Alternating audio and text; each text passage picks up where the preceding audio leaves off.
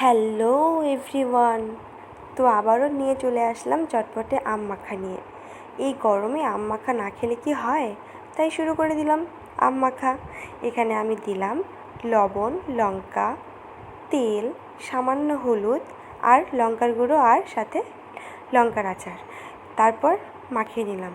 উফ, কি সুস্বাদু, কি টেস্ট হয়েছিল! আমার তো বলেই জিভে জল চলে আসছে।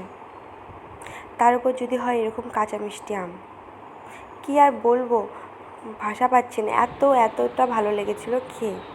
তারপর তো আমি খেতে বসে পড়লাম। মাখানোর পর খেয়ে এত ভালো লাগছিলো বলার বাইরে। তো তোমরা যদি খেতে চাও এরকম আম মাখা, কাঁচা মিষ্টি আম, তাহলে আমাদের বাড়ি চলে এসো, আমাদের গাছে আছে কাঁচা মিষ্টি আম, করে খাওয়াবো। আর কার কার ভালো লাগে এই গরমে এরকম আম মাখা খেতে, কমেন্ট করে জানিও কিন্তু। টাটা।